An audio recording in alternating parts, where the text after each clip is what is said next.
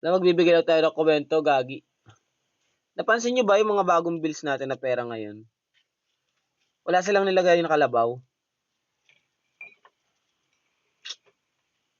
Tapos sa 200 pesos bill, buaya pa nilagay nila. Hindi ba mas malaki yung pakinabang ng kalabaw kaysa buaya? Iba talaga ang kapit ni Lulong. Kakaiba.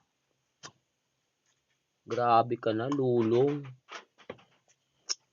Kawawa naman yung mga kalabaw natin. Sakay sa kariton na hinihila ng kalabaw, sinuong ng 8 guro ang rumaragas ang tubig sa ilog para makatawid pabalik sa barangay Kabatuan sa Butolan, Zambales kahapon. Biyernes pa sana silang uuwi matapos magturo sa mga barangay na nasa bundok.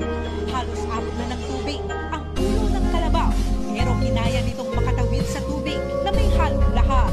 Ang kalabaw na kilalang malakas, dito na nagpakitang gilas.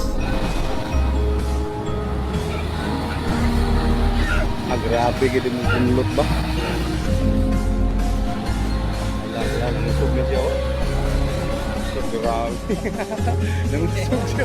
Pero ang ginawang pagtulog ng kalabaw kina Aide, umani ng sabon-saring reaksyon sa social media. Hindi lang kasi nila alam yung mga naglubas. Ganun ang nature ng kalabaw. Sakay sa kariton na hinihila ng